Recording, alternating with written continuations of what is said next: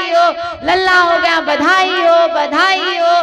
तो जैसे ठाकुर बाबा ने सुना तो तुरंत बाबा जैसे जाने लगे तो ब्राह्मण सोचने लगे, अरे नहीं, अभी तो नहाना धोना पड़ेगा, नहा कर आता हूँ फिर जाकर लल्ला के दर्शन करूंगा।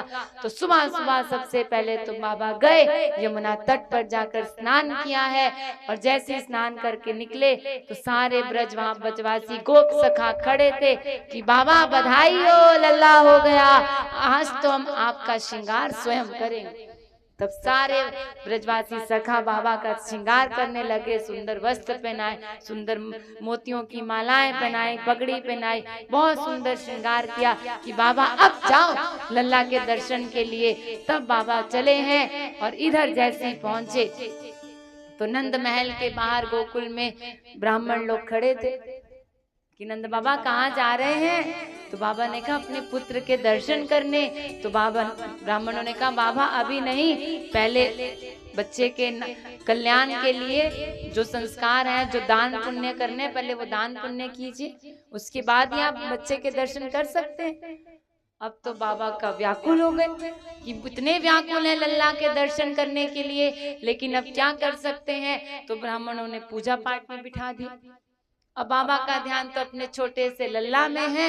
अब पंडित जी यहाँ कहते कि यहाँ पर ये चढ़ाओ तो उल्टा चढ़ा देते, अब वो कहते यहाँ पर ये चढ़ाओ तो कुछ और चढ़ा देते।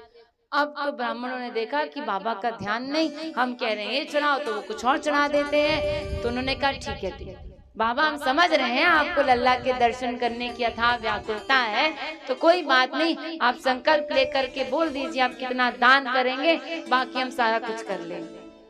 तो बाबा ने कहा ठीक है, ऐसे ऐसे हम इतना दान करेंगे, तो हम संकल्प लेते हैं, ठीक है अब आप जाइए, हम आपकी पूजा पूरी कर देंगे। तो बाबा गए हैं अंदर प्रसूति गृह में, जा मैया छोटे से श्याम लला को लेकर के गोद में आनंद से उनको झूला झुला रही हैं, उनको चूम रही हैं। जैसे ही बाबा पहुंचे, लल्ला को देख करके उनकी आंखों से अश्रुधारा निकलने लगी।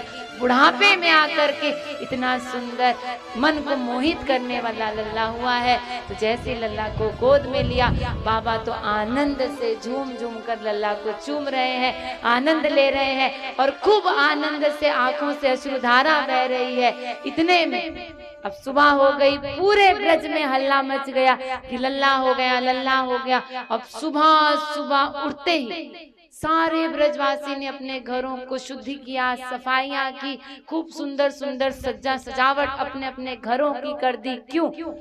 कि सब नंद बाबा को, नंद रानी को अपनी माँ और पिता के समान पूजते थे। सबको ऐसे लग रहा था कि हमारा ही लल्ला हो गया, हमारा ही घर में लल्ला हो गया।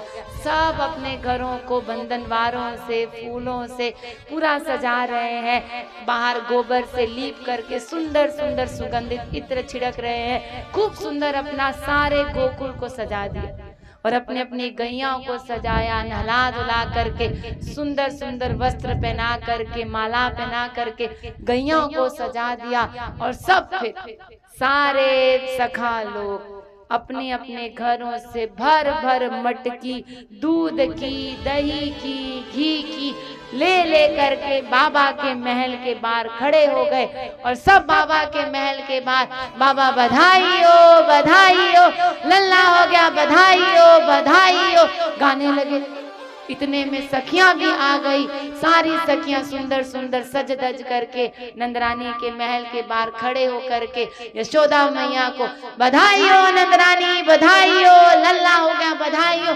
सब महल के बाहर खड़े हो गए। बाबा ने सुना, गए नंद बाबा, महल का द्वार खोला तो सारे ब्रजवासी एक साथ बाबा के महल के बाहर, सारे गोकुलवासी खड़े हैं। तो बाबा ने कहा अरे सुबह सुबह यहाँ, अरे गैया चराने नहीं जाना, काम धंधे पे नहीं जाना, दूध दही बेचने नहीं जाना। तो सारे ब्रज सखा बोलते हैं कि नहीं बाबा, आज हम कहीं नहीं जाएंगे, आज तुम आपकी यहीं पर खूब बधाई करके नंद उत्सव मनाएंगे। आज सारी की सारी मटकी, इतनी बड़ी बड़ी मटकियां भर भर के दूध दही घी माखन की लेकर आए हैं, आपके लल्ला पर वार वार के यही हम आनंद लेंगे।